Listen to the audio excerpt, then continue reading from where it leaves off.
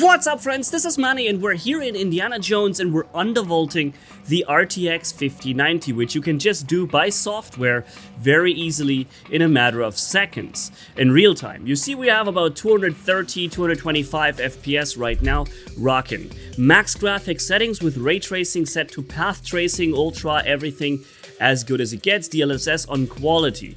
You see, we have the afterburner on with 100% power limit, and we are increasing the core clock by to plus 250 and the memory clock plus 200, as you can see right here. This is basically I would call it the maximum overclock that we can do here on this particular device, or 5090, because it doesn't really get much higher without becoming unstable. And we have those 225, 227 FPS in the top left.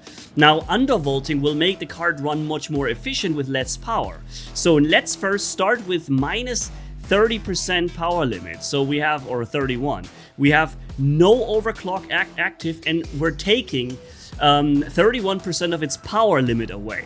So you see, the card will no longer power 575 watts, but only 400 watts, and it still does 205 FPS. So we have only lost a relatively small margin of performance, maybe let's say 10% or something like this, from a massive power limit decrease. Now we're going at 90% power limit with plus 150 as the core clock. So we have a medium overclock combined with an undervolt, and you see we're basically at almost the same performance as before. There's like 3 to 4 FPS missing compared to the full overclock with power limit increase. So the card runs quieter, cooler, and basically and with less power consumption at basically the same performance. Now we have an 85% power limit decrease, or like 15% less. High overclocking with 200 megahertz plus. Again, basically same performance. Of course, we are running the frame generation on 4 times,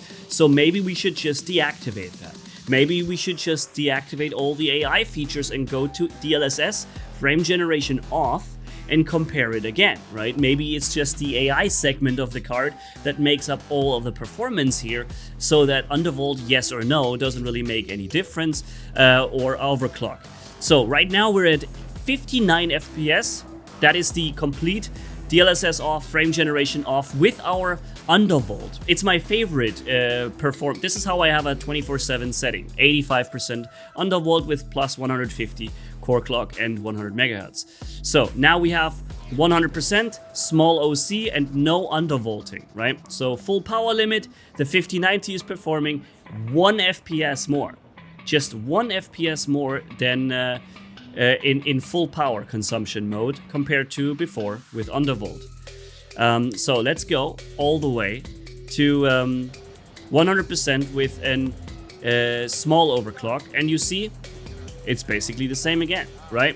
So the 5090 is very interesting the way it's made. You can make it run more efficiently than it comes outside the box by simply taking power away from it and then boosting the core and memory clock.